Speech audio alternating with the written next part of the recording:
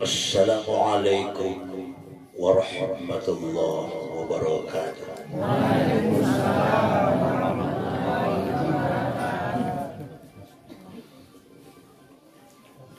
Alhamdulillah, alhamdulillahil manani ala ibadihi bi ni'ami la tahsa.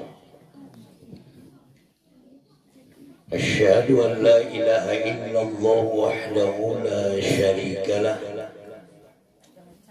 تدخرها ليلا ونهارا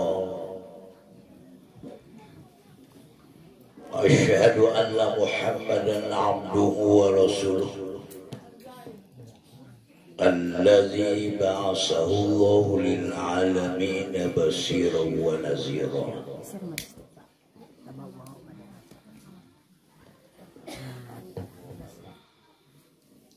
Allahumma salli wa sallim wa barik ala sayyidina Muhammad wa ala alihi wa ashabihi min yawmina hadha ila yawmin nahdah.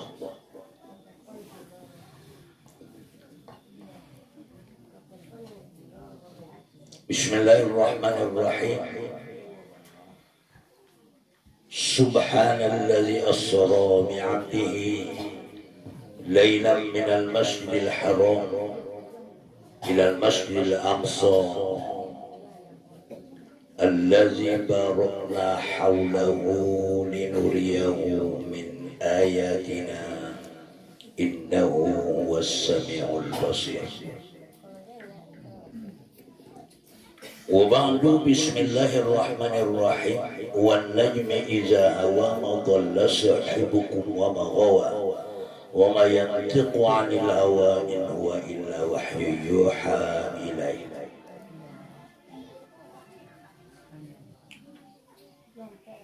Bismillahirrahmanirrahim. Qul huwallahu ahad, Allahus samad, lam yalid wa lam yulad wa lam yakul lahu kufuwan ahad. La ilaha illallah Muhammadur Rasulullah fi kulli lamhati wa nafasin adada mawasi'ahu ilmullah. Sadaqallahul azim. Amma ba'd.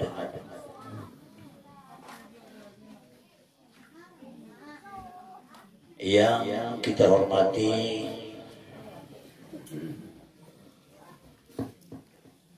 Bapak Wali Nagari Tanjung Alai, beliau menyampaikan tadi Tanjung Alai itu daerah yang terpencil. Biarlah terpencil di dunia, tapi termulia di sisi Allah Subhanahu wa Ta'ala.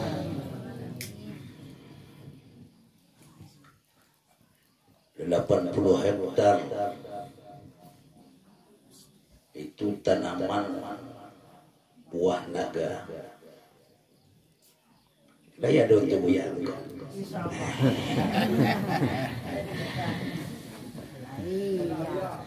Yang kita hormati pengurus jamaah majelis pengajian kita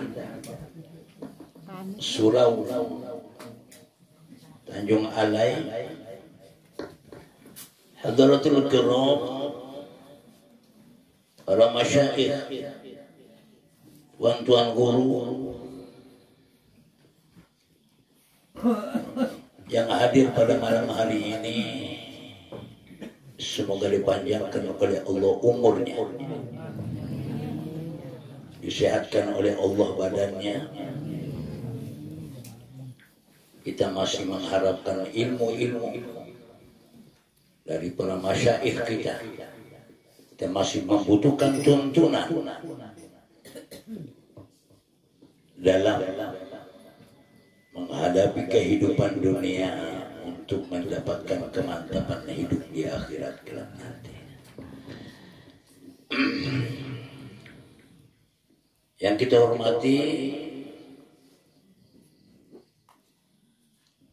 seluruh kita yang hadir pada hari ini, bapak-bapak dan ibu-ibu, hadirin wal hadirat, mukminin mukminat, sidang peringatan Isra dan Mi'raj yang dimuliakan oleh Allah. Tidak henti-hentinya sebagai hamba yang dhaif ini, mari kita bersyukur kehadirat Allah, Tuhan Zat yang Maha Kuasa, yang masih memberikan kepada kita nyawa ini, sehingga kita dapat hidup mengarungi kehidupan dunia fana ini. Kiranya kita dapat mengisi kehidupan ini dengan berubudiyah kepadanya, sehingga di yaumil mi'ad nanti mendapatkan jannatul na'im. Dado yang amin ya. Amin ya rabbal alamin. Salawat, salam dan doa. Agama? Oh iya. Agak bangkit sedikit ya. Mainkan dia.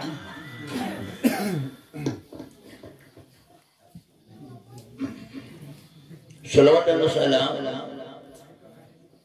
kita sampaikan ke hadrat baginda Nabi besar Muhammad sallallahu alaihi wasallam dengan ucapan Allahumma salli ala sayyidina Muhammad wa ala sayyidina Muhammad, yang telah memberikan kepada kita tuntunan hidup.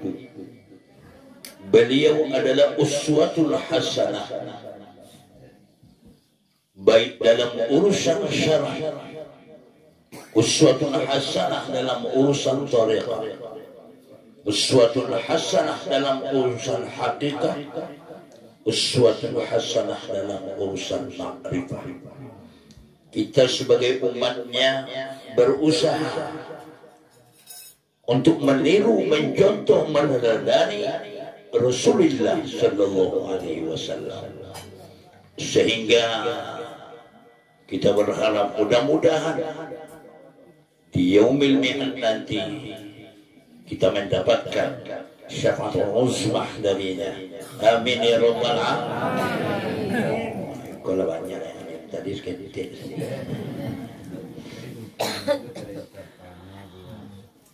Bapak Ibu sidang jamaah yang dimuliakan oleh Allah, di tempat kita ini saya baru sekali ini datang ke tempat ini, walaupun menempuh perjalanan yang berliku-liku, butuhkan lebih kurang. Kami berangkat tadi jam 8 dari Pelompek, sampai sini jam sekitar jam 4. Nah, Bapak Ibu hitung sendiri berapa jam itulah ya. 8 jam ya, lebih kurang, kalau tidak lebih ya kurang. Baru sekali ini ke sini. Di tengah perjalanan tadi banyak bertanya, karena baru sekali. Kalau baru sekali mesti banyak bertanya. Baru masuk nggak tahu jalan, banyak bertanya dengan guru. Anda jadi pakai bening baik.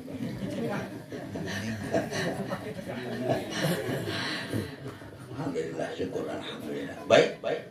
Isra dan Mi'raj Rasulullah sallallahu alaihi wasallam bukanlah satu perjalanan biasa, tapi satu perjalanan seorang hamba yang suci, makhluk yang terbaik,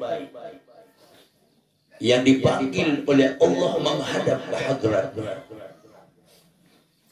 Nabi itu dipanggil oleh Allah untuk menghadapnya. Kita mau menghadap sendiri. Bedanya. Kalau mau menghadap sendiri, hati-hati.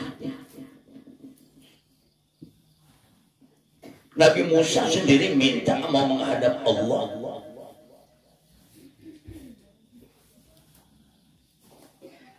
Bening juga. Ya Musa, engkau tidak bisa melihat aku.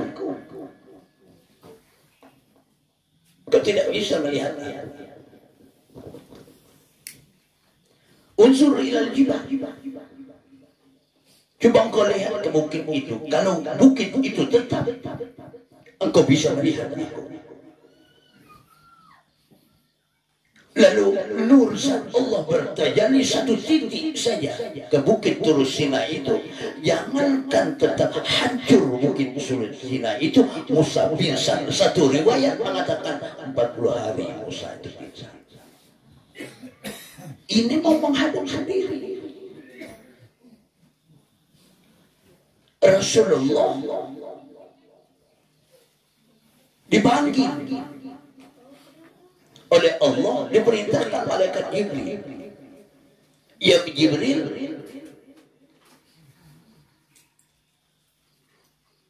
jamnya belakang. Itu udah donamu malam ini lah. Sebentar lagi. Sampai jam 1, setuju? Saya tidak setuju.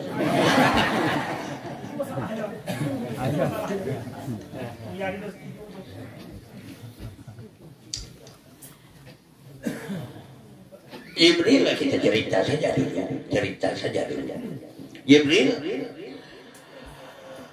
kau suruh Ridwan itu menghias surga. Turun kau berbaju rantai, tatakan emas dan permata, bawa sertamu 70.000 malaikat. Perintahkan, katakan kepada Mikail, Israfil, Israel, seperti itu juga. Itu untuk menjemput Rasulullah. Jibril heran. Ya Rabbi, apakah sudah berdiri kiamat? Karena tidak pernah Allah memerintahkan seperti itu. Biasanya kalau Allah menyuruh menyampaikan wahyu, turun saja. Ini Allah perintahkan bawa 70.000 malaikat. Katakan, sampaikan kepada Mikail, bawa sebanyak itu juga.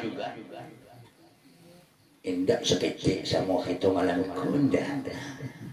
Itu kata ketua kata panik banyaknya dari ibu awas nanti. Ya, turun ke dunia.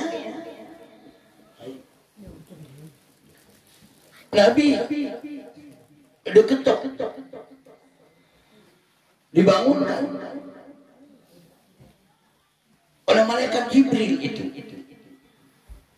Dibangunkan oleh malaikat Jibril. Ya, dah. Jadi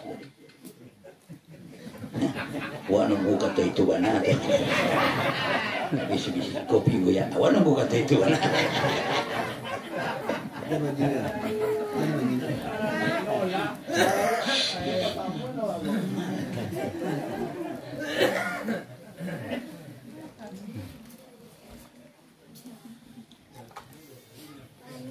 Begitu diketok dibangunkan oleh malaikat Jibril, Rasulullah bangun. Lalu bertanya, Rasulullah itu bertanya ke Jibril, ya Jibril, jitani bi'ayatir rahmah atau bi'ayatil azab. Kau datang ini membawa ayat Rahman apa membawa ayat tentang azab? Jibril menjawab, tidak ya Muhammad. Malam ini Allah yang pramuka, Allah berkirim salam kepada engkau. dan memanggil engkau ke hadratnya. Nabi berkata, kalau Allah memanggil aku ke hadratnya, apa yang akan diberikan oleh Allah kepada aku? Dijawab oleh Jibril, liyaghfira laka ma taqaddama min dzambik wa ma ta'akhkhar. Karena Allah akan mengampuni dosamu yang telah lalu dan yang akan datang. Nabi termenung. Ya Jibril, itu untuk aku. Apa untuk umat aku? Nabi ini orang yang sangat sayang kepada umatnya. Mau dipanggil Tuhan, bertanya, itu untuk aku ya Jibril. Apa untuk umat aku? Yang di Tanjung Alai itu. Yang rasa senang, aduh rasa kecewa, aduh bercampur antara senang dan kecewa. Itu aku tidak tahu, kata Jibril. Kau hanya diperintahkan untuk turun. Itu aku tidak tahu. Wala sawfa yu'tika rabbuka fatarda. Sekarang kau ridho saja, mengikuti saja perintah Tuhan itu. Kalau begitu, tunggu aku berwudu lebih dahulu. Karena mau menghadap Tuhan itu mesti bersih. Tunggu aku berwudu lebih dahulu. Nabi ditidurkan di pinggir sumur Zam-Zam, kata saya kita tadi. Dibedah dadanya, lalu dicuci hatinya. Ini Nabi mau berangkat menghadap Allah, dibedah dadanya, dibersihkan hatinya. Kita mau berangkat tidak bersih hati, tidak akan bisa ketemu Allah. Bisa. Ini satu perjalanan Isra Mi'raj banyak kiasnya. Artinya apa? Nabi dibedah dada itu ketika mau berangkat menghadap Allah. Itu artinya kita harus bedah zahir dulu. Dengan apa? Bedah dengan syariat. Mau menghadap Allah, mesti bersih zahir dulu. Itu dibedah dada. Bersih zahir dulu. Bersihkan dosa zahir. Ar-Rajab litatuhuril badani.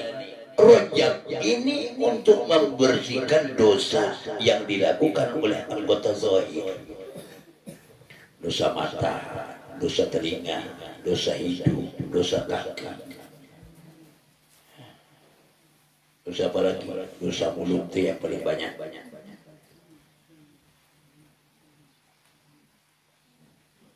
Ambil uang jalik tidak dipilih. Dosa tangan. Ini banyak mana ayahnya dadu tapi mata.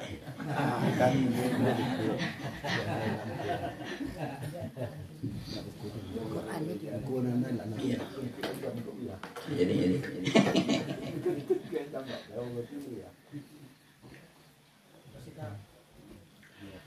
Dibersihkan hatinya, itu artinya apa? Ketika mau menghadap Allah, batin harus bersih. Nabi saja mau menghadap Allah, bersih zahirnya, bersih batinnya. Kita mau menghadap Allah, bersih zahirnya, bersih batinnya. Kalau tidak bersih zahir, tidak bersih batin, jangan harap bisa bertemu dengan Allah. Apabila sudah bersih zahir, bersih batinnya, baru Nabi berangkat. Di tengah perjalanan banyak bertemu hal-hal yang aneh. Kita ketika sudah bersih zahir, bersih batin, sedang berjalan menuju kepada Allah, banyak yang kita temui. Ada orang Di tengah perjalanan mau menuju pada Allah itu mau jadi dukun. Diberi oleh Allah jadi dukun, tapi tidak bertemu Allah. Ada orang di tengah perjalanan itu kepingin kebal, tahan senjata tajam, diberi oleh Allah, tapi tidak ketemu Allah. Karena tujuannya mempelajari tarekat itu ingin kebal, bukan ingin bertemu Allah. Maka diberi oleh Allah. Diberi oleh Allah. Maka luruskan perjalanan. Nabi di tengah jalan datang panggilan dari pihak kanan, datang seruan dari pihak kiri, datang dari depan. Menoleh pun Nabi tidak. Menoleh pun Nabi tidak. Jangankan menjawab seruan, ya Muhammad, berhenti sebentar, aku ingin bertanya kepadamu. Tapi Nabi menoleh pun tidak. Itu bunganya. Tapi apabila engkau sudah bertemu dengan Allah, ada orang berjalan menuju kepada Allah itu kepingin masuk surga, dikasih surga tapi tidak ketemu Tuhan.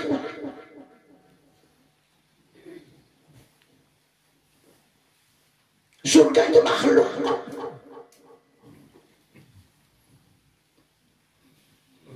Maka luruskan perjalanan menuju kepada Allah.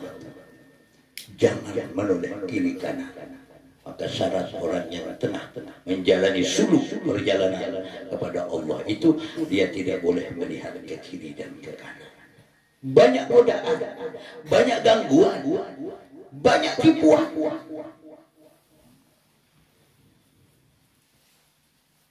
Mau apa lagi?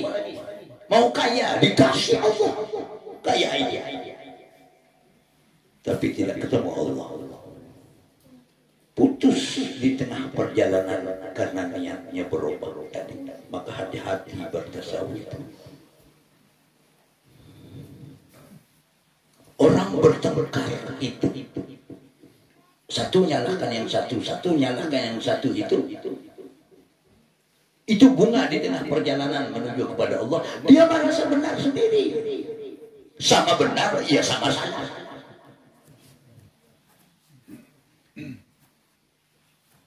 Dia tetap bertahan pada, dia merasa dirinya benar. Maka dia tidak mau mengalah. Ya, Nabi tidak melihat itu di tengah perjalanannya menuju kepada Allah. Diberi oleh malaikat Jibril, diambil oleh malaikat Jibril burak dari dalam surga itu. Ambil burak dari dalam surga. Seluruh Nabi dan Rasul berkendaraan dengan burak.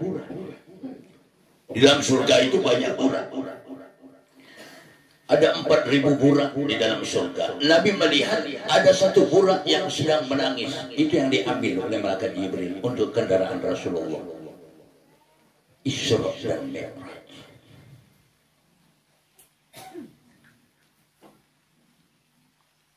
Apa buraknya? Kalimah la ilaha illallah. Ini buraknya. Mau bertemu Allah. Ketahui la ilaha illallah. Tapi enggak. Tidak sekali-kali burak itu naik ke atas langit. Ikut naik ke atas langit. Tidak. Burak hanya tinggal di Baitul Maqdis. Kau tinggalkan kalimat la ilaha illallah di Baitul Maqdis itu, baru engkau naik ke hadirat Allah. Seluruh nabi-nabi membawa burak. Nabi Adam membawa kalimah la ilaha illallah. Nabi Nuh membawa kalimah la ilaha illallah. 900 tahun membawa kalimah la ilaha illallah. Nabi Nuh hanya dapat pengikut 80 pasang.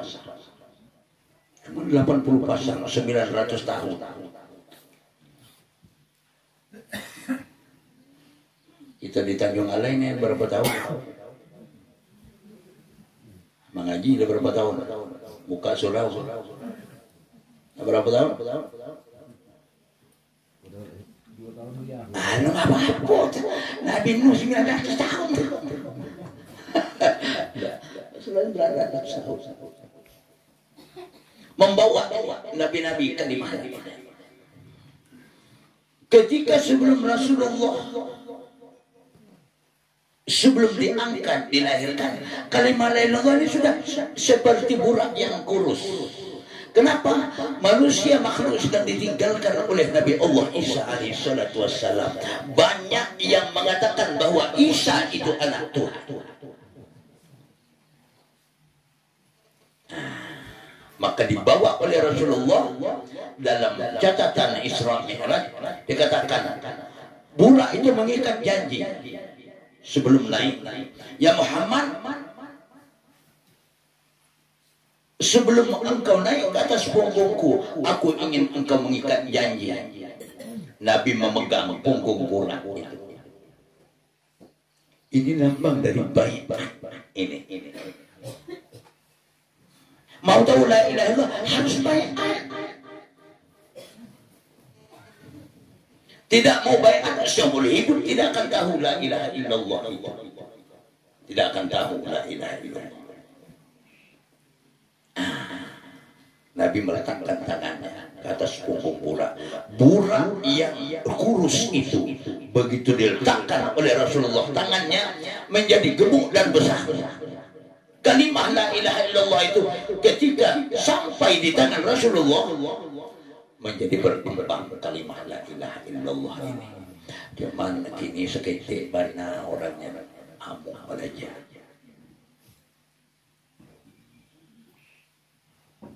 Tapi kolah ketahui la ilaha illallah itu. Ketahui la ilaha illallah itu. Bagaimana? La ilaha illallah itu tidak ada Tuhan kecuali Allah. Bagi orang yang syariat itu kalau tidak ada hakikat, kulit tidak ada isi, kosong, hampa. Syariatu bila hakikatun, syariat tidak ada hakikat itu apa gerjana? Munafik. Orang syariat itu munafik. Nabi mengatakan ayatul munafiqus salasun. Tanda orang munafik itu 3. Satu di antaranya iza kadzaba, iza hadasa kadzaba. Apabila dia berkata dusta, bohong. Tanda orang munafik, orang syariat itu dusta dalam ibadahnya. Dia mengatakan Allahu Akbar, hatinya tidak ingat akan Allah. Dusta, munafik ibadah orang syariat.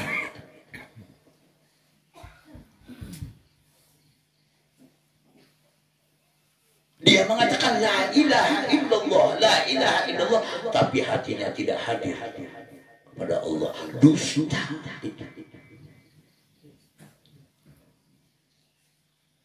Dusta karena bahasa Tanjung Alaya apa Pak Wali? Pembangga lolobana. Orang Jambi itu lolobana. Maka ketahui la ilaha illallah itu.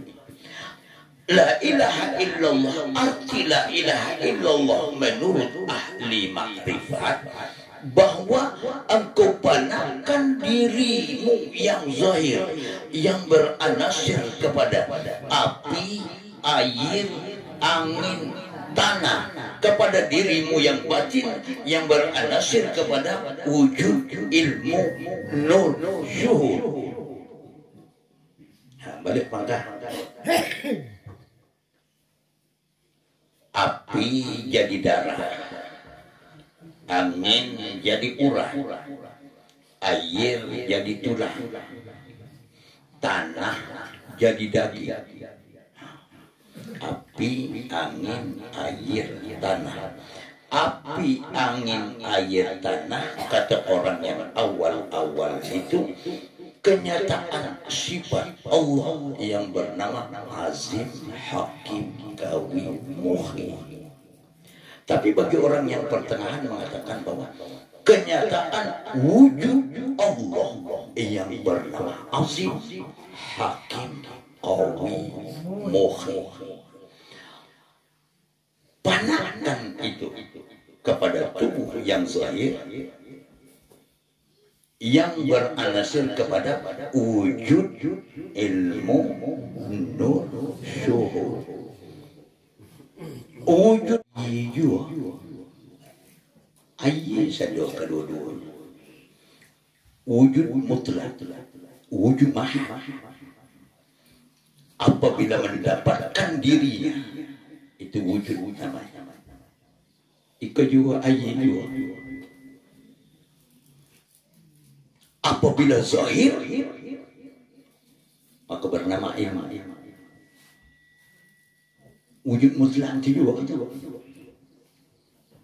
Apabila berkeliling cahayanya, bernama nur.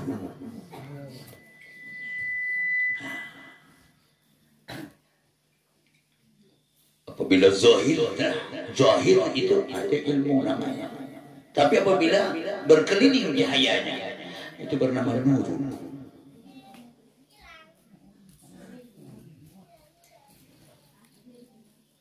Fa'lam annahu la ilaha illallah. Itu berkeliling cahaya, memandang garis kalimat la ilaha illallah itu bernama nur.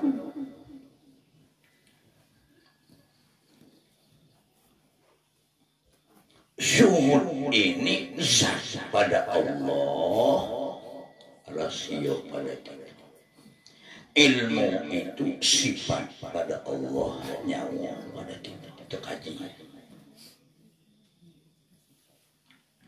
Nur itu asma pada Allah, hati pada kita. Nah, ini artinya ini.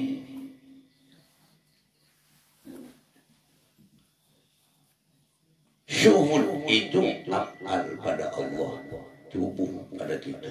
Jadi rahasia, nyawa, hati, tubuh. Apa itu? Zat, sifat, asma, af'al. Ini artinya engkau panahkan dirimu yang batin itu, yang beranasir kepada wujud ilmu nur syuhud, kepada wujud Allah yang mutlak, yang laisa kamitslihi syai'. Itu mati itu. Itu mati tadi. Itu mati. Itulah yang bernama mutu qoblaan dam.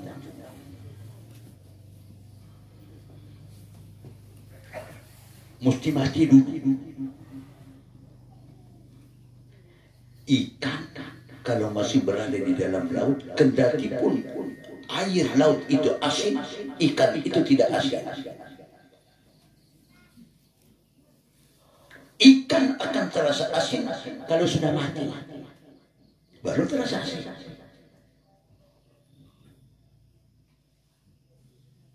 Paham kira-kira? Paham. Mesti mati kalau mau merasakan kalimat la ilaha illallah itu mesti mati. Ikan itu berenang di dalam air laut, tapi dia tidak terasa asin.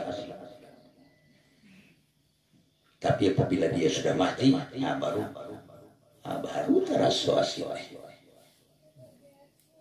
Kalimat la ilaha illallah itu bisa dirasakan kalau kita sudah mati. Mau merasakan kalimat la ilaha mati. Kalau tidak mau mati, seumur hidup tidak akan terasa kalimat la ilaha illallah itu. Tapi mau mati itu harus dibedah dulu. Dibedah dulu. Apa yang dibedah? Dada, hati. Suci, bersih zahir, bersih batin. Kalau tidak bersih zahir, tidak bersih batinnya, tidak akan nampak Allah dalam pandangan mata hati. Sudah bersih hati, bersih zahir, baru Nabi berangkat pakai burah. Ke burah. Sudah bersih zahir, bersih batin, baru berangkat dengan kalimah la ilaha illallah. Tapi burah itu batas Baitul Maqdis. Nah, ini perumpamaan perjalanan zahir dari Masjidil Haram ke Masjidil Aqsa, itu perjalanan zahir. Dari Masjidil Aqsa naik sampai ke atas langit dan sampai ke mustawa Hadratul Qudus, itu perjalanan batin. Maka burak tinggal. Apabila engkau sudah sampai di Baitul Maqdis, tinggalkan burak itu. Karena mau melakukan perjalanan batin, nah itu lain lagi kendaraannya.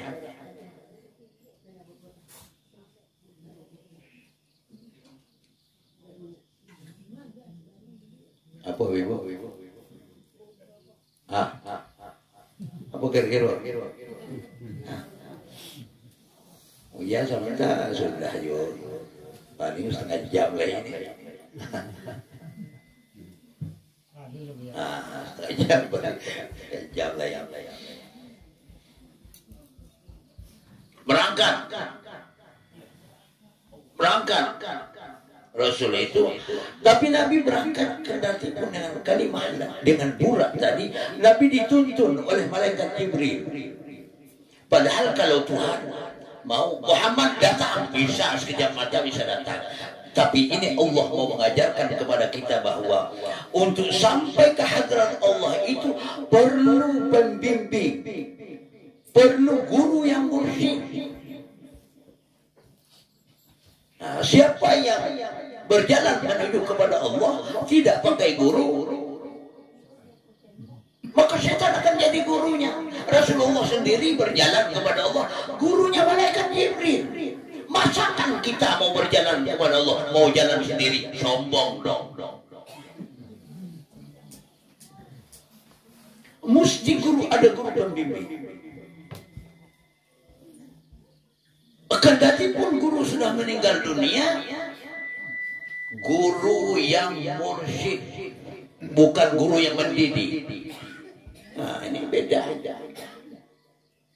Kalau guru yang mendidik sudah diberikan pelajaran, selesai sudah, tidak ada urusan. Tapi guru yang mursyid ini, guru yang bertanggung jawab mengantarkan jiwa kita ini sampai bisa menghadap Allah Subhanahu wa Ta'ala. Kendati pun guru sudah meninggal dunia, ruhaniyahnya akan membimbing kita. Kita ini dibimbing oleh rohani, guru-guru kita. Itu makanya segala ajaran guru kita jangan sekali-kali ditinggalkan. Imam Al-Qurtubi mengatakan, apabila terputus wasilah seorang murid itu kepada gurunya, berkumpul seluruh aulia Allah di atas dunia ini untuk mengembalikan cinta Allah kepadanya, tidak akan bisa tercapai lagi tanpa izin gurunya. Nah, itu makanya pertemuan kita ini jangan sekali-kali dipandang enteng. Ini kan amanah guru. Ini kan amanah guru. Ini kopi loh. Ya, kopi.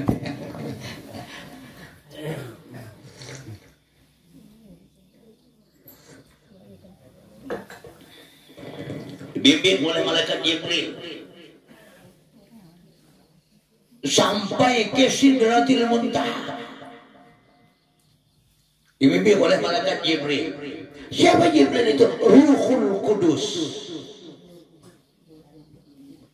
Ini lambang daripada jiwa yang suci. engkau sudah menempuh lautan la ilaha illallah tadi.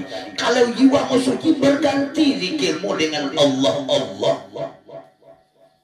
Itu kendaraan lagi pada Allah.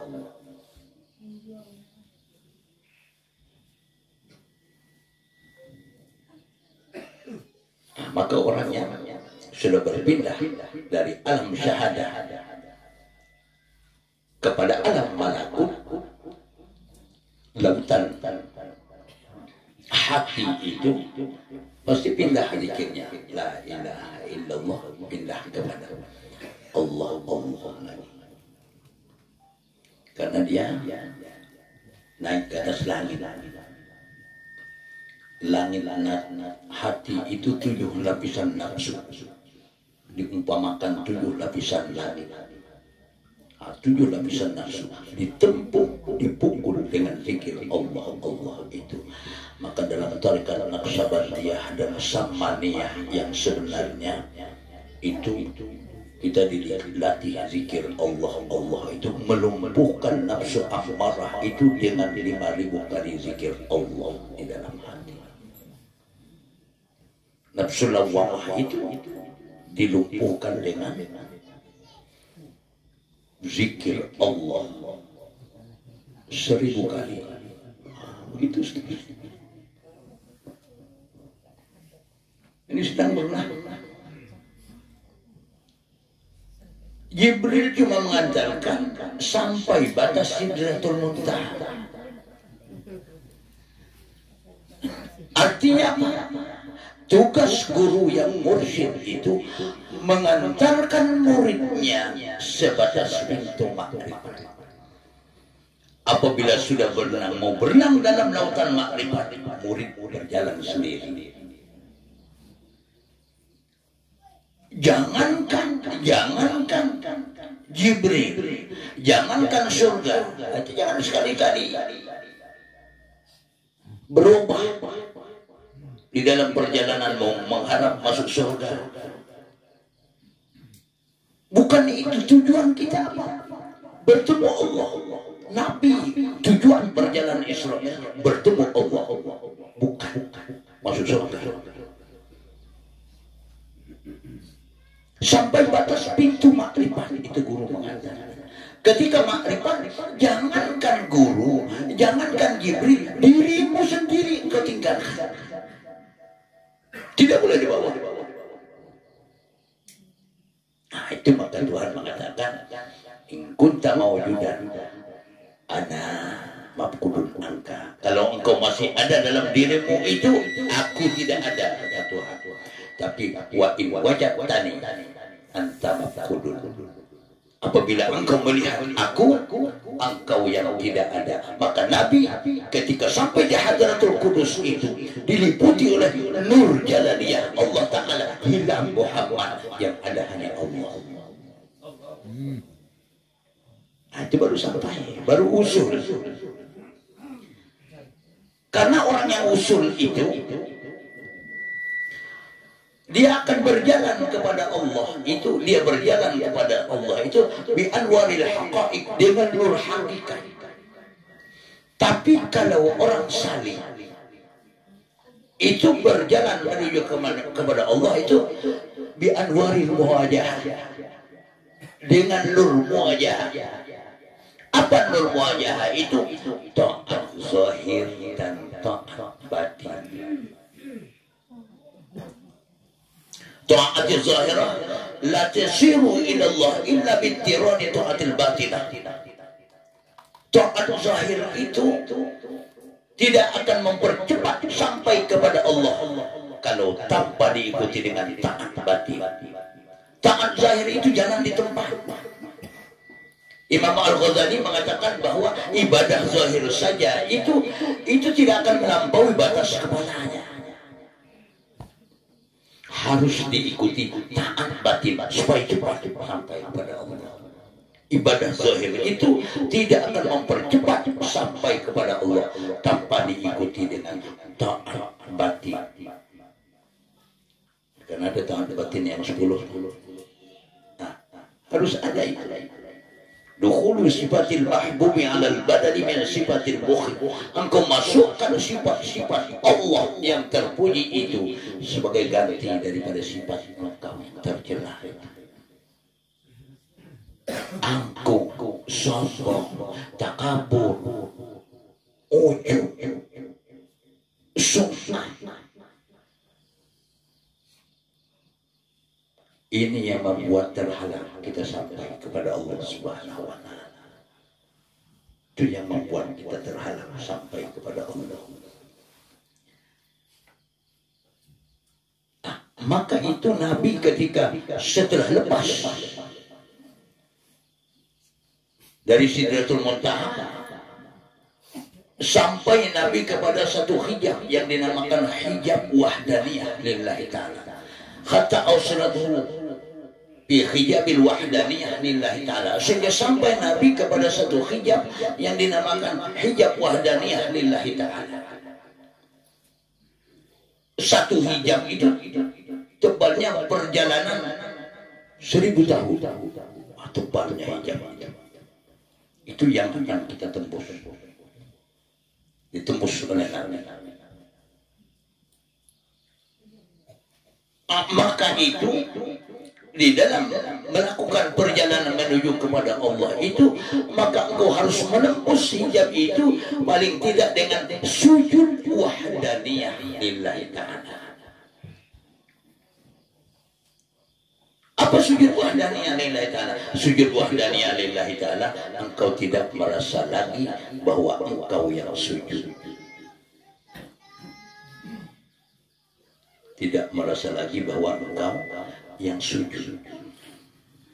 Nah, inilah yang dinamakan al-haqiqah.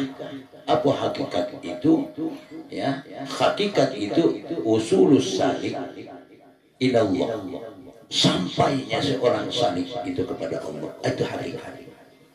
Kalau belum sampai kepada Allah, belum sampai kepada hakikat. Kalau tidak sampai, bagaimana mau ma'rifah? Hakikat saja tidak sampai, apalagi ma'rifah. Maka ibadah zahir saja itu tidak akan menyampaikan kita kepada Allah. Sholat itu zahir, tidak ada batinnya, tidak ada hakikatnya, itu tidak akan sampai kepada Allah Subhanahu wa Ta'ala, akan sampai kepada Tuhan. Karena sembahyang itu yang sebenarnya pada hakikatnya adalah mi'raj. Salatul ibadah wa mi'rajul mu'minin. Sembahyang itu ibu ibadah dan mi'raj orang mukmin. Karena itu contohnya. Oleh karena itu berusahalah kum minal arifin. Wa in lam takum min man salaka. Jadilah engkau orang ahli makrifah. Kalau engkau tidak sanggup, jadilah orang yang mengamalkan jalannya ahli makrifah. Anda tahu ada, wah anda tahu. Jadi orang yang tukang amalkan saja, indah jadi orang ahli makrifat, tetap sajalah mengamalkan apa yang dipatuakan oleh guru. Dah bertahun-tahun alun lapik yo makrifat. Makrifat kau. Makrifat itu gampang. Makrifat apa? Ru'yatillah, melihat Allah. Kalau tidak nampak Allah, itu tidak makrifat. Belum nampak makrifat. Ya, maka Imam Syauqi mengatakan, engkau percuma engkau menyembah kalau tidak nampak Allah yang engkau sembah itu. Mesti nampak Allah yang disembah itu.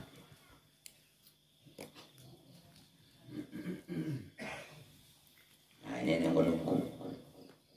Mbak Allah tahu ya minum lagi. Ini menunggu.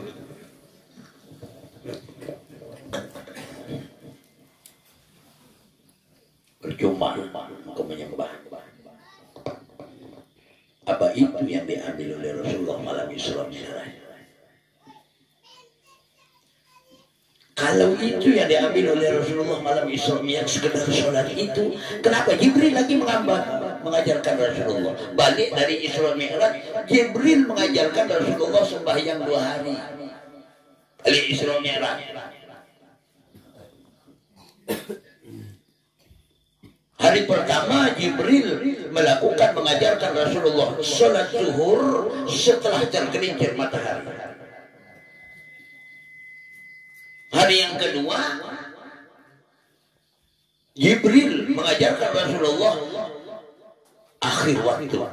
Kata Jibril, sholat zuhur antara 2 ini. Balik dari Isra Mi'raj.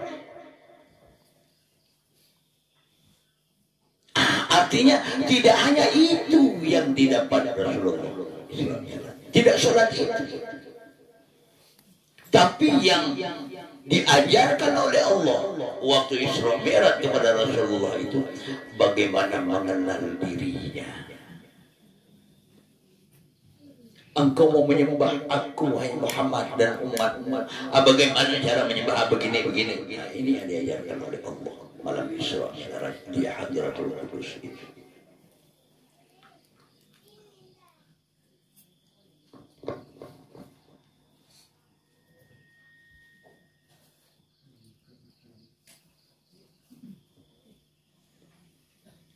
Maka kita juga harus menempuh perjalanan itu seperti contoh yang dicontohkan oleh Rasulullah Sallallahu Alaihi Wasallam.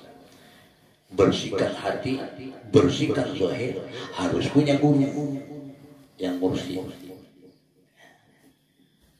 Jangan sebatas diantarkan oleh guru, harus usul sampai kepada Allah. Karena guru hanya berhak mengantarkan sebatas pintu makrifat. Apabila sudah makrifat, jangankan guru, jangankan Jibril, dirimu sendiri itu kau tinggalkan. Yang ada hanya Allah Subhanahu wa Ta'ala. Maka orang ahli makrifat mengatakan la maujud illallah. Tidak ada yang wujud baik pada zahirnya maupun pada batinnya kecuali Allah. Zahirul Rabbi bahwa al-abdu wal batin al-abdu bahwa Rabb. Zahir hamba, nyata hamba, nyata Tuhan jadi hamba. Batin hamba ialah Tuhan. Berarti zahir batin la maujud illallah. Maka ahli tauhid mengatakan, ahli tauhid bukan ahli syariat. Ahli tauhid mengatakan dalam pengajiannya bahwa insan itu pada sekira-kira hakikatnya adalah ain wujud Allah Ta'ala, tapi pada sekira-kira zahirnya adalah lain daripada Allah Subhanahu wa Ta'ala. Apabila hapus wujud yang ghairullah ke dalam wujud Allah, maka tidak ada lagi yang mawjud kecuali wujud Allah. Mana wujudnya ghairullah? Kembali ke bangka kita. Wujudnya ghairullah di mana tadi? Api, air, angin, tanah, darah, urat, tulang, daging. Lenyap ke dalam wujud Allah, maka tinggal la mawjud illallah. Tidak ada yang mawjud kecuali wujud Allah. Yakin itu kira? Kalau tidak yakin, bukan tauhid. Itu ahli tauhid. Nah, kan pangkal pengajian tadi ahli tauhid. Berkata ahli tauhid, insan itu, manusia itu pada sekira-kira hakikatnya ain wujud Allah Ta'ala, kenyataan daripada wujud Allah, tapi pada sekira-kira zahirnya lain daripada Allah. Kalau pada zahir, pada sana hamba-hamba harus yakin. Anda yakin terserah lah. Jangan itu saja. Ada yang datang jadi orang ahli ma'rifat, jadi orang yang mengamalkan amaliyah orang ahli ma'rifat. Kalau tidak juga, wa illam takun mimman ahubbuhu, jadilah engkau orang yang cinta kepada ahli ma'rifat. Jadilah orang yang mencintai, ngamalkan amaliyah orang ahli ma'rifat, tidak tanduk. Jadi orang yang mencintai ahli ma'rifat, tidak. Kalau tidak juga wa illam takun mimman sadaqah. Jadilah engkau orang yang membenarkan mereka. Jadi ahli ma'rifat tidak tanduk.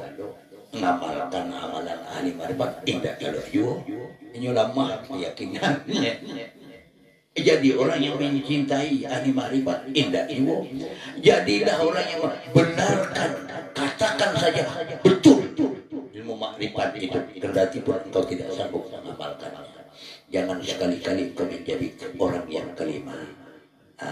La barakatihim wala syafaatihim. Apabila aku menjadi orang yang kelima, artinya orang yang tidak membenarkan ilmu ma'rifat, tidak mengamalkan, tidak jadi ahli ma'rifat, tidak mengamalkan ilmu ma'rifat, tidak mencintai ahli ma'rifat, tidak membenarkan ahli ma'rifat, menyalahkan ilmu hakikat, engkau tidak berkah, dapat berkah dari guru dan tidak mendapatkan syafaat daripada Rasulullah sallallahu alaihi wasallam. Itu hukumannya.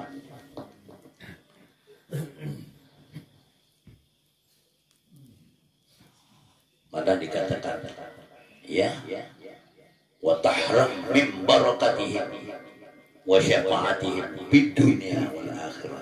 Engkau tidak diharapkan mendapatkan berkat dan syafaat di dunia maupun di akhirat. Sebab ada juga orangnya setengahnya lah masuk keluar arugi. Nah, ini orang yang kelima, golongan yang kelima, iya lah masuk keluar. Hanya ada yang setengah itu nak dikatakan keluar tidak masuk tidak juga. Orang yang suruh lihat ini tidak satu, itu kata masuk tidak, kata keluar tidak.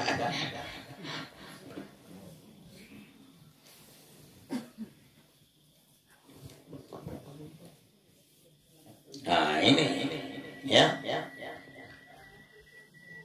tinggal diri kalau mau bertemu dengan Allah Subhanahu wa taala. Nah, bagaimananya harus dipimpin dengan oleh guru yang mursyid tadi memimpinnya. Guru. Kendati pun guru sudah meninggal dunia, rohnya, arwahnya akan membimbing jiwa kita menuju kepada Allah Subhanahu wa taala, tapi dengan satu catatan, teguh istiqamah terhadap amaliyah, tuntunan perintah-perintah daripada guru itu. Karena kita ini tidak ada apa-apa kalau tidak ada guru. Dulu kita merasakan bahwa yang kuasa ini yang zahir, yang melihat ini yang zahir, yang mendengar yang zahir, yang hidup ini yang zahir, yang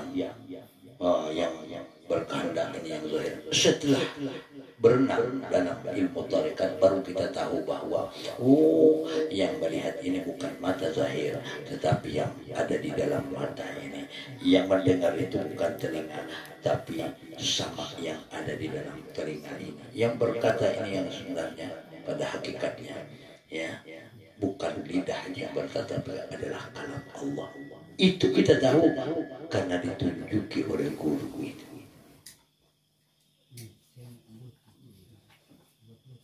La hayyun wala alimun wala qadirun wala muridun wala sami'un wala basirun wala mutakallimun bil haqiqah illallah.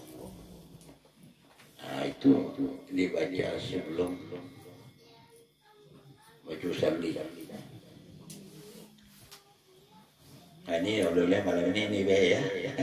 La hayyun wala alimun wala qadirun wala muridun wala sami'un wala basirun wala mutakallimun bil haqiqah illallah. Dihisab, dihirup napas itu dari ujung kaki sampai ke ubun-ubun. Nah, baru usalli semaja aku sembahyang. Itu maka usalli itu tidak mudah, tidak gampang. Karena kasar usalli itu dinamakan qasr. Qasr apa itu? Iradah Allah.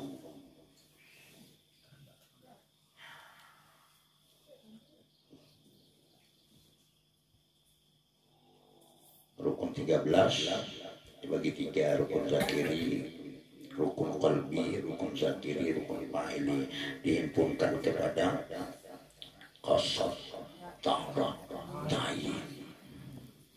Qasr, ta'rad, ta'yin dihimpunkan kepada huruf yang 8. Allahu Akbar. Nah, sebelum baca usalli itu, nah, itu dibaca dulu. Sudah itu baru baca usalli. Kenapa? Engkau mengatakan bahwa dirimu sengaja sholat. Kalau tidak kudrat dan iradah Allah, engkau tidak sanggup.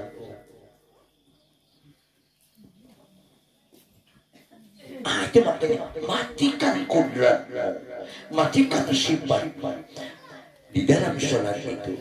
Nah, baru engkau takbir Allah Akbar. Nah, kapan dibaca ini? Ilu dibaca ini. Sudah istighfar. Astagfirullah. Astagfirullah. Itu baru dibaca.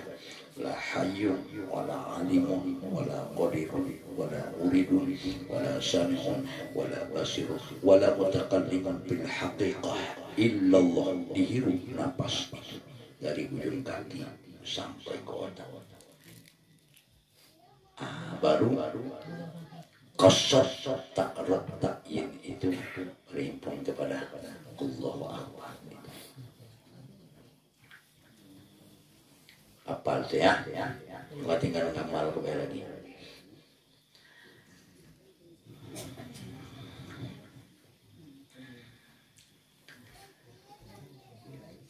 Kemudian setelah lewat Sidratul Muntaha, Sidratul Muntaha itu satu kayu yang tumbuh di atas bukit kasturi. Sidratul Muntaha, satu kayu yang tumbuh di atas bukit kasturi. Satu dahannya itu niscaya bisa menjadi atap bagi dunia ini. Dan setiap daun kayu tertulis nama hamba Allah. Nah, ini apabila layu daun kayu yang ada di Sidratul Muntaha itu satu tanda orang yang memiliki nama itu sedang sakit di atas dunia. Tapi apabila jatuh daun kayu yang ada di Sidratul Muntaha, satu Allah memerintahkan kepada tentara malaikat maut, turun kau ke dunia, cari rezeki anak-anak ini. Kembali tentara malaikat maut itu melapor kepada Israel. Ya Israel, sudah berkeliling aku ke atas dunia ini, tidak aku temukan setetes air pun yang menjadi rezeki anak Adam lagi. Kemana? Oh iya, boleh bersihir.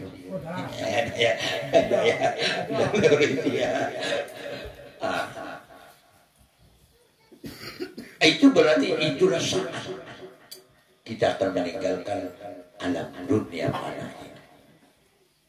Apabila habis suratnya di dalam kayu Sidratul Muntaha, itu menunjukkan habislah masa kita hidup di dunia ini. Ibu-ibu, kita cari tahu dulu, nanti baru tambah lagi. Ketika selesai dimandikan main itu, hendak dikapankan, itu berteriak malaikat itu 3 kali, didengar oleh makhluk selain jin dan manusia. Sudah dimandikan tapi belum dikapankan. Nah, itu berteriak malaikat itu 3 kali. Yang pertama, tuba liman kana sahibuka ridwanallah wal wailul liman kana sahibuka suhtullah. Hai anak Adam, beruntung besar kalau yang mengikuti kematianmu itu adalah ridhonya Allah. Tapi celaka besar kalau yang mengikuti kematianmu itu adalah kemurkaan Allah. Nah itu pertama. Nah, apa kematian yang diridhoi oleh Allah? Kalau dia mati dalam ridha Allah, itu artinya husnul khotimah. Kalau dia mati dalam suhtullah, kemurkaan Allah, itu artinya su'ul khotimah. Su'ul khotimah, husnul khotimah itu orang mati membaca Al-Quran, husnul khotimah. Mati dalam puasa, husnul khotimah. Mati dalam sholat, husnul khotimah. Tapi lebih tinggi dari itu, mati husnul khotimah lebih tinggi daripada itu, mati dalam fisabilillah. Lebih tinggi. Lebih tinggi lagi daripada itu, husnul khotimah itu orang yang meninggal dunia dalam kalimatun thayyibah la ilaha illallah. Itu lebih tinggi lagi. Karena dia mendapat jaminan. Man akhir kalamihi minad dunya la ilaha illallah dakhalal jannah. Siapa yang akhir perkataan dunianya la ilaha illallah masuk surga. Akhir perkataannya la ilaha illallah. Setelah mengucapkan la ilaha illallah, dia tidak berkata lagi, tidak mengucapkan kata-kata apa lagi, karena perjalanan mati kita itu lidah dulu. La ilaha illallah itu roh itu masih di kaki, masih bisa mengucapkan la ilaha illallah. Setelah itu roh sampai di pusat. Dua anak jari di bawah pusat. Nah, ini rata-rata itu sudah tidak ingat lagi. Rata-rata sudah tidak bisa bicara lagi. Mulut dikunci tapi masih mendengar. Lagi tahu Jawa, nyanggu, tidak bisa berbicara, masih mendengar, masih melihat. Setelah itu diambil lagi pendengarannya, masih melihat tapi tidak mendengar. Lain masih nampak. Cuma mengicik, tidak bisa mendengar, tapi ini masih melihat.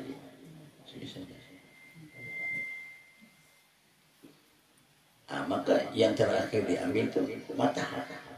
Dokter itu memastikan orang sudah meninggal dunia itu disentil mata. Kalau tidak ada respon lagi, anak mati. Aku indah masih. Masih. Enggak mah? Anak dua ya. Lagi.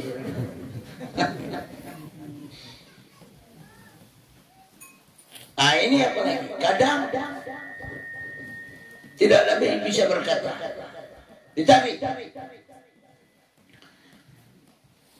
Nyawa itu sudah sampai di fuad, kedalaman dada. Kita hanya bisa ingat, lidah tidak bisa bicara, berpindahlah zikir itu kepada Allah. Allah. Allah. Ini perjalanan kembali sama dengan Isra Mi'raj, menceritakan perjalanan kembali kepada Allah. Ditarik lagi sampai ke kedalaman dada lagi. Hati tidak lagi, yang ada hanya tinggal napas. Setelah itu ditarik lagi, nyawa sudah sampai di halqum.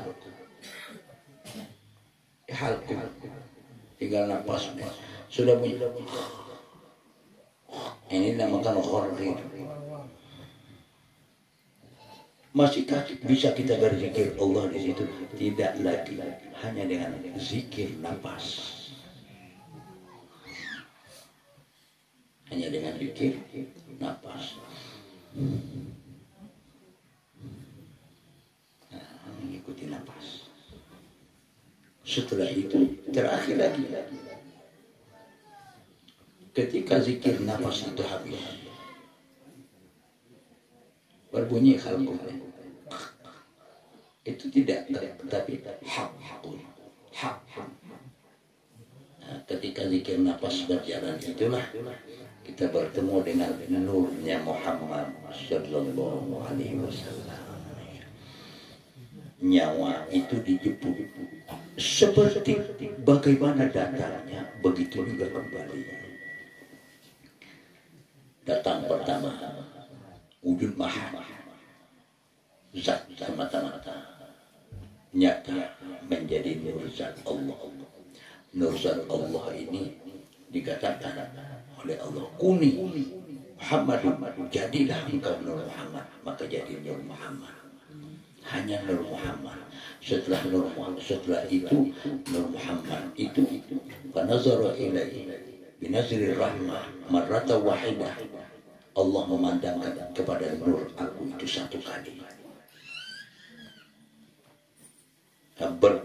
Berta'addad min haibah, maka gemetar nur aku itu karena hebatnya. Berkeringat Nur Muhammad ini. Berkeringat Nur Muhammad menjadi nyawanya para nabi dan rasul. Inilah yang dinamakan alam misah. Nah, alam misah. Nur Muhammad itu sudah terpecah-pecah. Kalau masih Nur Muhammad itu namakan alam nur, lagi namakan alam arwah. Ini dalam martabat 7. Alam arwah. Berkeliling nurnya nabi-nabi itu mengelilingi Nur Muhammad. Kemudian nur nabi-nabi ini berkeringat lagi menjadi nyawa umatnya. Keringatnya Nabi Nuh menjadi nyawa umatnya Nabi Nuh. Keringatnya Nabi Adam menjadi nyawanya anak Adam. Keringatnya Nabi Ibrahim nyawa Nabi Ibrahim. Nur ini dalam bentuk nur menjadi nyawanya umatnya Nabi Ibrahim. Ini namakan alam misah. Sebelum dijadikan bumi dan langit. Setelah itu baru Allah menciptakan dari Nur Muhammad itu apa? Aras, kursi, luh, kalam, surga, neraka, bumi, langit, hijab diciptakan oleh Allah. Sudah ada dunia, sudah ada langit, sudah ada surga, sudah ada neraka, sudah ada luh, sudah ada kalam, sudah ada aras, sudah ada kursi. Inilah yang dinamakan alam ajsam. Nah, ini ngaji dulu kita. Alam ajsam. Setelah itu surga sudah ada, malaikat ada. Ini jahilun fil ardi khalifah. Aku akan menjadikan khalifah di atas dunia ini. Mau menciptakan Adam. Nah, Allah membentuk anak Adam itu arba'ina yauman. Allah membentuk Nabi Adam itu 40 hari. Padahal kalau Allah menghendaki kum, jadi. Bisa jadi. Tapi kenapa 40 hari? Ini menunjukkan bahwa apabila sesuatu yang zahir ini butuh proses perjalanan. Butuh proses perjalanan. Jadi Nabi Adam, Allah mengikat janji, ya Adam, engkau pelihara ini sampai kepada anak cucu. Nah, maka inilah sampai kepada kita. Inilah yang dinamakan alam insan. Ini namakan alam insan. Alam insan. Inilah alam insan. Mau kembali seperti itu juga. Kembali kepada Allah. Nah, jadi apa dulu? Jadi Nur Muhammad dulu. Mau kembali kepada Allah harus seperti perjalanan datang. Apa? Tubuh yang kasar, ain khorijiyah harus engkau jadikan ain sabitah. Kalau itu tidak bisa. Ain sabitah jadikan wujud am. Wujud am itu lenyap kepada zat Allah Subhanahu wa ta'ala. Itu baru sampai kepada Allah.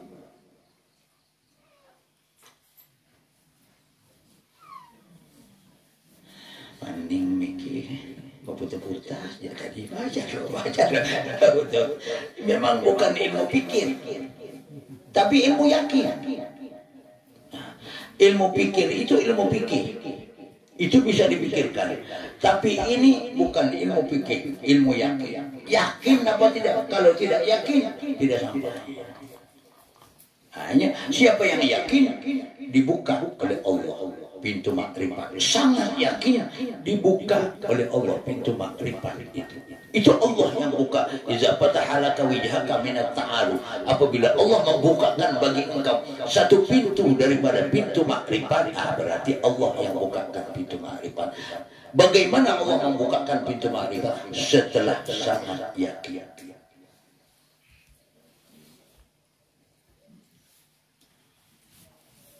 Wafi anfusikum apalah tusir. Di dalam diri kamu itu ada tanda-tanda, ada Tuhan. Kenapa engkau tidak melihat? Karena kita melihat dengan pandangan mata zahir, maka kita tidak bisa melihat Allah. Tapi kalau kita lihat dengan pandangan mata batin, nampak Allah itu.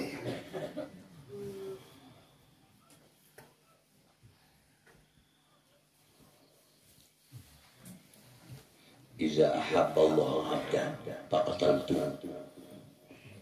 Apabila kasih Allah itu kepada hambanya, maka aku bunuh dia.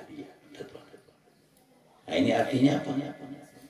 Dilenyapkan oleh Allah yang zahir itu supaya bisa menjadi batin.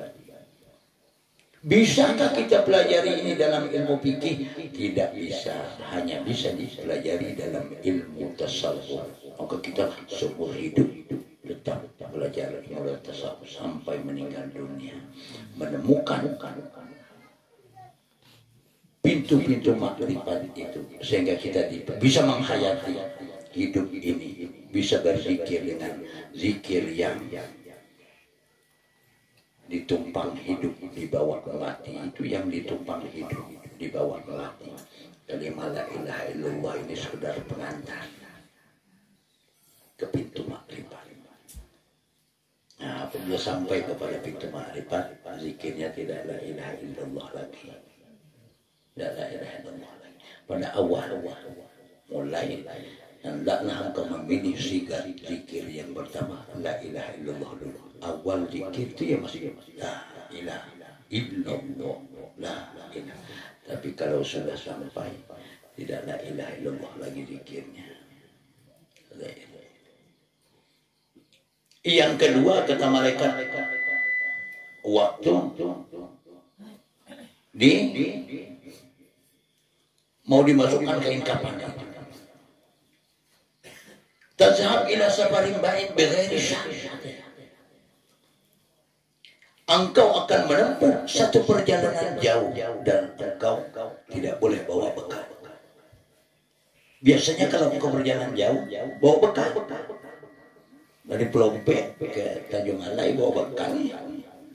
Tapi sekali ini perjalanan engkau sekali ini bighairi syahid, tidak boleh bawa bekal. Itu ketika mayat akan dikabarkan. Wa takhruju min manzilik fala tarji ilal abad. Yang ketiga, malaikat, engkau akan dikeluarkan dari rumahmu fala tarji ilal abad, dan engkau tidak akan kembali selama-lamanya. Wa tasiru ila baitil ahwal, engkau akan masuk ke dalam rumah barumu yang banyak huru-haranya. Itu sebuah rumah ukuran 1 meter, tapi banyak huru-haranya. Itulah kubur. Nah, ini menjadi teladan bagi kita bahwa kita wajib mempersiapkan diri untuk mati itu. Kita mau mati dalam yang mana? Apa mati dalam kalimah la ilaha illallah? Apa mati dalam kalimah Allah? Apa mati dalam kalimah hu?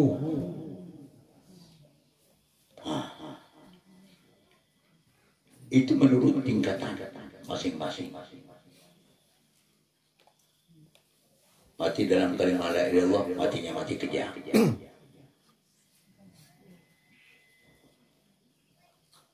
Mati dalam kalimah Allah, Allah matinya mati apa? Lalu lupa bagi kita. Hah? Lunak. Mati dalam kalimah la ilaha illallah seperti orang hidup. Mati dalam kalimah la ilaha. Kalau kencang, itu tandanya mati dalam kalimah la ilaha illallah. Tapi mati dalam Allah itu lunak. Mati tarekat. Mati dalam kalimah matinya mati harum. Iya enggak? Matinya mati harum. Mati dalam kalimah bagaimana? Itu baru kalimatnya. Itu bukan Allah. Nama Allah. Nama Tuhan Allah. Itu bukan Tuhan. Jelas nih tauhidnya. Bikin nama sini. Allah. Tuhan itu. Tidak nama Tuhan.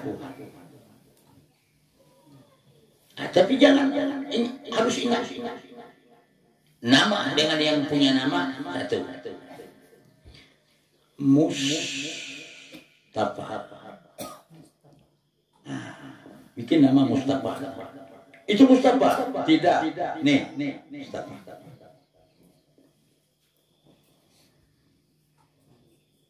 Allah itu nama Tuhan. Ketika pada martabat wahdah Allah Ta'ala bernama Allah. Namanya. Orang dipanggil dengan namanya. Kalau dipanggil, weh Mustafa, pasti ya. Tapi nama Mustafa itu bukan Mustafa itu. Itu namanya.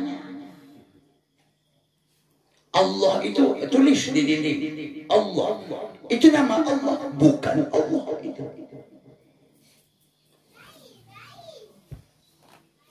Ini aneh. Itu nama Allah.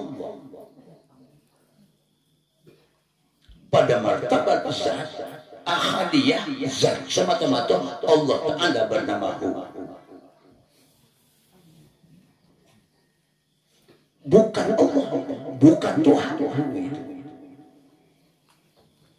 Tapi nama Tuhan. Yang mana Tuhan itu? Kan itu pertanyaannya. Ambil ke surat das. Balik ke rinci baru. Kalau dapat. Karena baru terbuka. Kalau hanya zikir,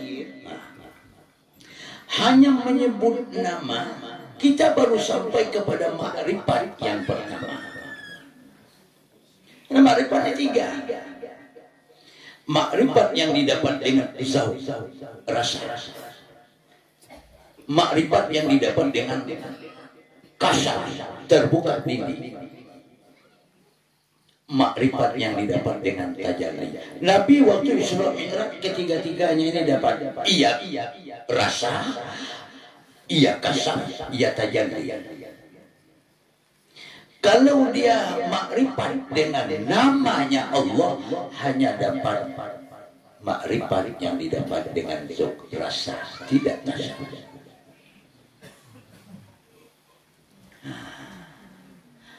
Kalau dia makrifat dengan nama tadi, dengan zikir. Dapat makrifat yang pertama apa? Cuman zauq, rasa saja. Belum tajalli.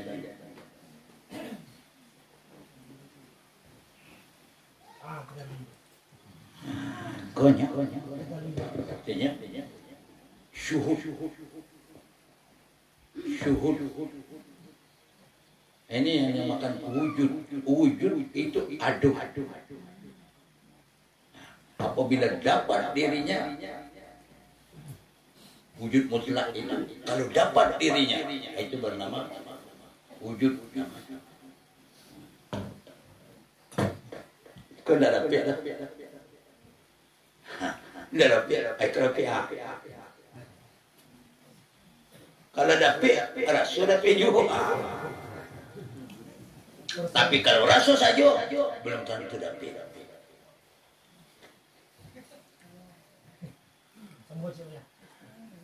Kan lain-lain rasanya.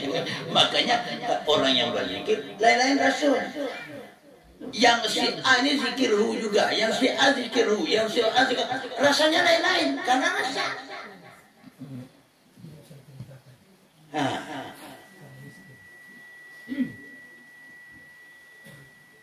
Karena rasa lain-lain rasa. Tapi kalau sudah kasau tidak ada lain lagi. Kalau sudah kasau, sudah tajalli, tidak ada beda lagi, sama saja. Sama saja.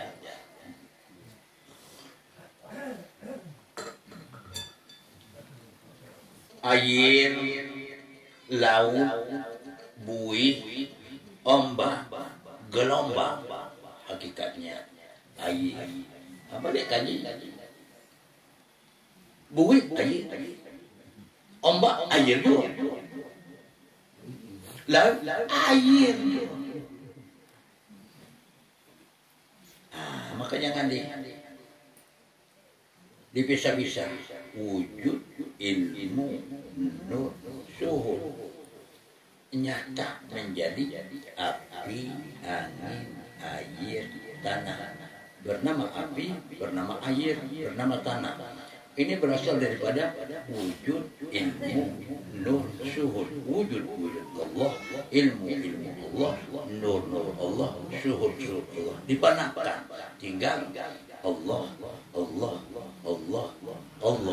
api Allah, angin Allah, air Allah, tanah Allah, darah Allah, tulang Allah, urat Allah, daging Allah. Allah satu ya. Iya lah. Wabillahi taufiq wal hidayah. Assalamualaikum warahmatullahi wabarakatuh.